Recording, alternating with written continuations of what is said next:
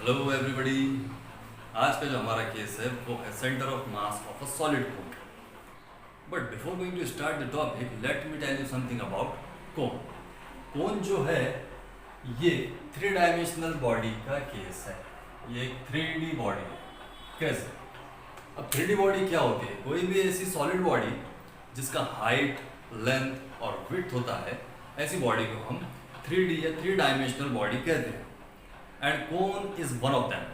कोन जो है उसी का एक पार्ट है। कुछ बच्चों को कंफ्यूजन होता है कि कोन 3 डायमेंशनल कैसे हो सकता है। तो देखिए, सीधी सी बात है, इसके पास में हाइट है जैसे कि मैंने अभी बताया, उसके बाद में इसकी विड्थ कितनी होगी, विड्थ भी गिवन है। अब सवाल उठता है कि इसकी लेंथ क्या होनी चाहिए। तो लेंथ इसकी क्या होने वाली है, जो इसकी स्लैंट हाइट है, इस साइड को हम स्लैंट हाइट कहते हैं इसकी, तो यही होगी इसकी लेंथ। इसका मतलब कि कोन भी क्या हुआ, ये सॉलिड कोन का केस है।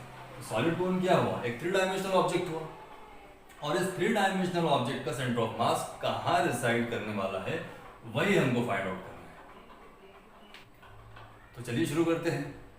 एक कोन गिवन है जिसकी हाइट है कैपिटल H, इस बेस से लेके इस वर्टेक्स। देखिए, कोन में सिर्फ एक वर्टेक्स होता है जो टॉप लेवल पे होता है, ठीक। तो इसकी जो हाइट गिवन है वो है कैपिटल H। इसका जो मास है, इस कोन का जो मास है वो है कैपिटल M। अब इसमें देखना क्या होता है, सबसे पहले स्टेप नंबर 1, अब बहुत बार बता चुका हूँ, बार बार रिपीट करने की जरूरत है नहीं। तो स्टेप नंबर 1 में हम क्या करते हैं, ओरिजिन सिलेक्ट कर लेते हैं। तो इसका सेंटर कहाँ है, पहले वो देखो। इस कोन का सेंटर यहाँ पे रिसाइड, मतलब कि यहाँ से यहाँ तक का जो डिस्टेंस है वो होगा इसका रेडियस, जिसे डिनोट करते हैं हम कैपिटल R। तो चलो सबसे पहले इसका ओरिजिन सिलेक्ट कर लेते हैं। तो ओरिजिन कोऑर्डिनेट एक्सिस का जो बनेगा, ये होगा y एक्सिस और इधर होगा x एक्सिस। ये हो गया x और ये हो गया y। ये निगेटिव ऑफ y,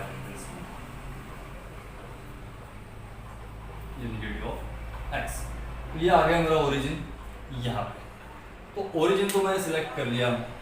इसके बाद क्या करना होता है, इसके बाद हम इसकी डेंसिटी पता करते हैं कि इस कोन की डेंसिटी क्या होने वाली है। अब पहले मैं बता चुका हूँ आपको कि 3 डायमेंशनल बॉडी का केस है, इसलिए इसकी जो डेंसिटी होगी ना तो लीनियर मास डेंसिटी होगी और ना ही एरियल मास डेंसिटी होगी, बल्कि ये डेंसिटी क्या होगी, वॉल्यूम डेंसिटी होगी, जिसे हम रो से डिनोट करते हैं। Rho is equals to mass per unit volume. Mass per unit volume. मास तो दे रखा है कैपिटल M। अब वॉल्यूम क्या होगा, volume of a cone. Volume of a cone कितना होता है, 1/3 पाई R स्क्वायर H। ये सर्कुलर बेस और इसकी जो हाइट होती है, दोनों का multiplication 1/3 pi R square H। तो डिनोमिनेटर 3 तो जाएगा M के पास, तो कितना हो जाएगा, rho is equals to 3m upon pi R square H। Equation number 1 ये निकल गई है डेंसिटी सॉलिड कोन की। अब दो चीजें हो गई यहाँ पे, ओरिजिन सिलेक्शन हो गया है, उसके बाद में इसकी डेंसिटी पता कर ली है। अब होता है एलिमेंट। एलिमेंट कंसीडर करना है, इसका मास होगा dm। अब एलिमेंट किस तरह से कंसीडर किया जाए, देखिए ये जो बेस है ये सर्कुलर है। अब इसके अगर छोटे छोटे पीसेस में करता चला जाओ या स्लाइसेस में करता चला जाओ, तो होगा क्या, ये सॉलिड बॉडी होने की वजह से मुझे जो पीसेस ऑब्टेन होंगे वो सर्कुलर डिस्क के ऑब्टेन होंगे। यानी कि मेरा जो एलिमेंट होगा वो एलिमेंट एक डिस्क होगा और उसका भी एक वॉल्यूम होगा। तो चलिए कंसीडर करते हैं एलिमेंट। तो एलिमेंट कंसीडर करना है, यहाँ पे कर लेता हूँ। ये होगी एक छोटी सी डिस्क। एक डिस्क मैंने यहाँ पे कंसीडर कर लिया है। ये इसका सेंटर है और सेंटर से यहाँ तक का जो डिस्टेंस होगा उसको मैं मान लेता हूँ छोटा r, क्योंकि ये जो रेडियस है सर्कुलर बेस का ये कैपिटल R है, तो इसका जो रेडियस है वो स्मॉल r ही मुझे कंसीडर करना होगा। अब ये जो एलिमेंट मैंने कंसीडर किया है ये ओरिजिन से कितने डिस्टेंस पे, यानी कि इस एलिमेंट का सेंटर ऑफ मास ओरिजिन से कितने डिस्टेंस पे अलॉन्ग y एक्सिस, तो मैं कहता हूँ कि वो y के डिस्टेंस पे है। क्लियर? अभी जो एलिमेंटल डिस्क है इसका मास कितना होगा, छोटी सी डिस्क है, एक एलिमेंट है तो इसका मास होगा dm। उसके बाद ये जो लेंथ है इसकी, जिसकी थिकनेस है, इसको मैं कहूंगा dy, y के अलॉन्ग, और इसका जो वॉल्यूम होगा वो वॉल्यूम होगा dv। क्योंकि ये वॉल्यूम से कंसर्न है इसलिए इस डिस्क का वॉल्यूम भी मुझे निकालना होगा। तो इसको फार्मूले में रखते हैं, डेंसिटी के फार्मूले में रखते हैं और मास की वैल्यू निकालने की कोशिश करते हैं कि कितना होने वाला है। तो rho is equals to mass per unit volume. इस एलिमेंट का मास कितना है डीएम डिवाइडेड बाय इसका वॉल्यूम कितना अज्यूम किया है मैंने डीवी। अब देखते हैं ये वॉल्यूम क्या होता है, वॉल्यूम कैसे निकाला जाए। वॉल्यूम के लिए एक फॉर्मूला है dV, यानी कि volume is equals to area into length. अब देखिए ये सर्कुलर डिस्क है, सर्कुलर डिस्क का एरिया कितना होने वाला है पाई आर स्क्वायर।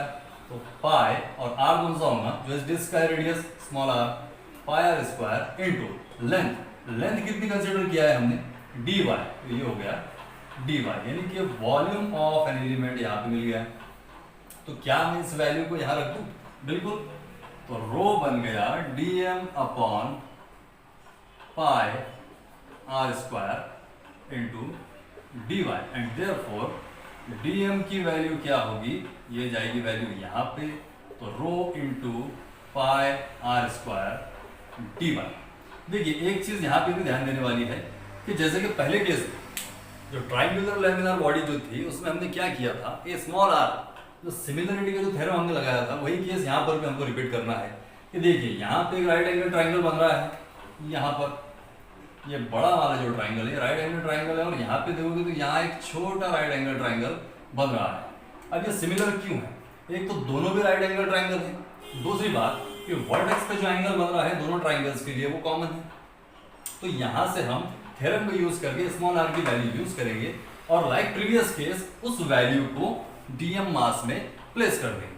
तो पहले तो हम फाइंड आउट करते हैं कि आर की वैल्यू निकलेगी कितनी। तो थ्योरम ऑफ सिमिलरिटी क्या कहता है कि ये हाइट, अब देखिए टोटल हाइट कितना है इसका कैपिटल एच, एलिमेंट का हाइट या एलिमेंट के सेंटर ऑफ मास का हाइट यहाँ से ओरिजिन से कितना लिया है वाई, मतलब कि ये जो हाइट रहेगी वो कितनी रहेगी इसमें से जो रिमेनिंग है, मतलब कि टोटल हाइट माइनस ये वाली हाइट, तो हो जाएगा वो h minus y, h minus y. अब थ्योरम का भी यूज कर सकते हैं जैसे हमने पहली बार किया था, पहले मैं वो करके बता दूं आपको। इसके लिए दूसरा ऑप्शन भी हमारे पास में है, जैसा कि क्या यूज किया था हमने हाइट बाय रेडियस। हाइट कितनी थी उसकी फर्स्ट ट्राइंगल की h minus y by r is equals to, बड़े ट्राइंगल में देखिए तो height capital H divided by इसका रेडियस क्या होगा r, and therefore small r is equals to हो गया था r bye h minus y. आप इस तरीके से r की वैल्यू निकाल सकते हो, या सीधे सीधे यहाँ पे जो एंगल बन रहा है थीटा दोनों के लिए, इसके लिए भी और इसके लिए भी, इसका tan निकाल लो, निकाल के देख लेते हैं क्या होता है। तो इसका अगर tan निकालते हैं तो इसका अपोजिट साइड कौन सा हुआ, ये r, एडजेसेंट साइड कौन सा हुआ h माइनस वाई। तो अगर दोनों का मैं रेशियो निकालता हूँ tan theta is equals to r bye h minus y, r bye h minus y. दूसरा इस ट्राइंगल के लिए अगर निकालता हूँ tan theta is equals to कितना हो जाएगा, इसका opposite side capital R by इसका हाइट कितना होगा h, जो कि इसका एडजेसेंट साइड होगा। दोनों को इक्वेट करो तो हो गया r bye h minus y is equals to capital R bye h। अब अगर ये r की वैल्यू निकालना हो तो डिनोमिनेटर की क्वांटिटी कहाँ आ जाएगी, सीधे इस साइड में, तो r इज इक्वल्स टू हो जाता है r bye h minus Y.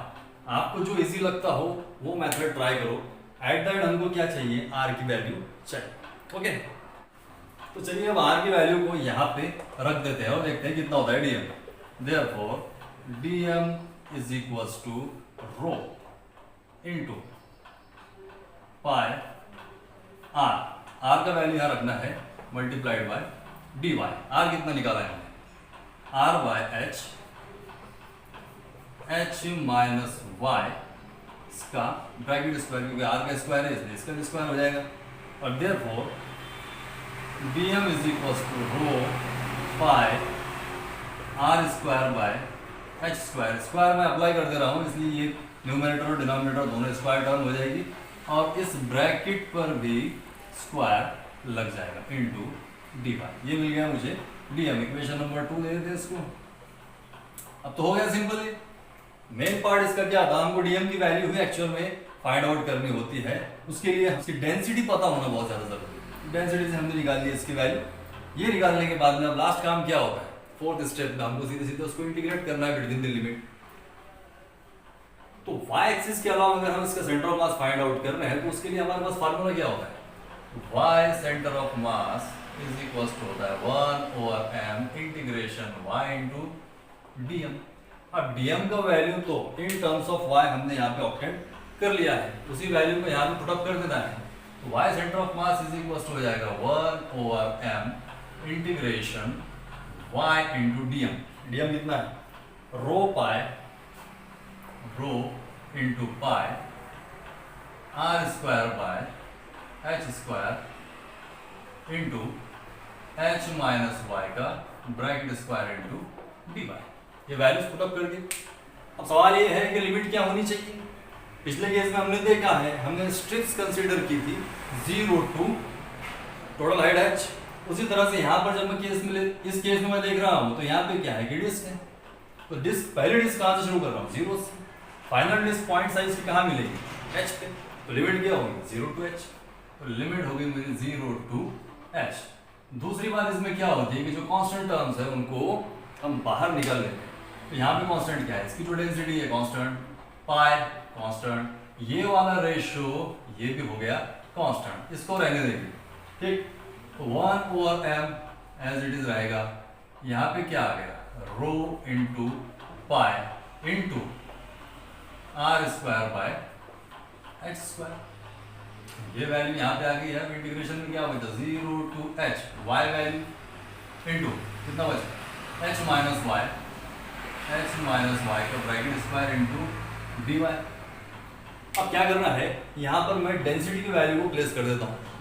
Density की वैल्यू रखने के बाद में जो कुछ भी कैंसिल आउट होता है उसको कैंसिल कर देंगे और सिंपल हो जाएगा। तो डेंसिटी मेरे पास में कितनी है, 3m by pi square H.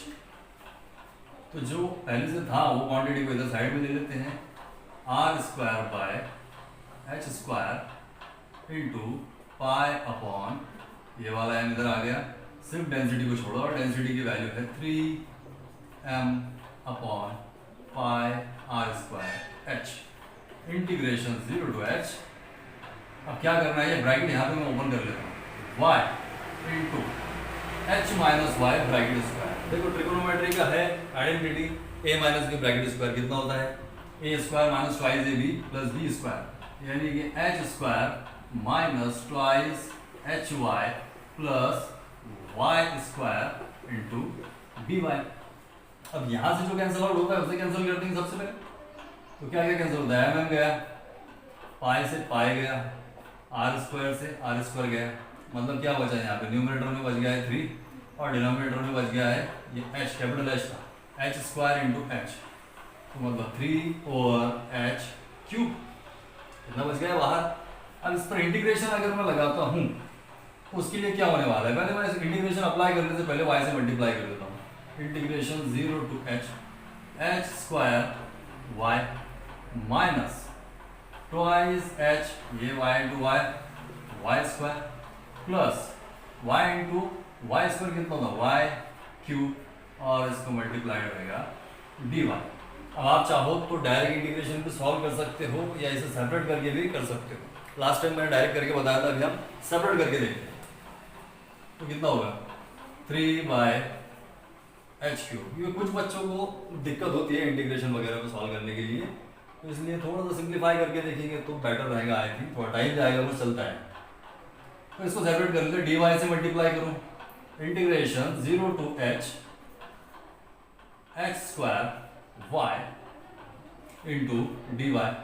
या आप चाहो तो एच स्क्वायर यहाँ पे जो कांस्टेंट है जो बाहर निकलने वाले हैं उसको हम ऑलरेडी पहले ही बाहर निकाल लेते हैं और इजी हो जाएगा। एच स्क्वायर इंटीग्रेशन क्या बचा, y into D y 0 to h minus यहाँ पे कांस्टेंट क्या है 2 और h, twice h integration 0 to h y square d y, then plus integration y cube d y 0 to h।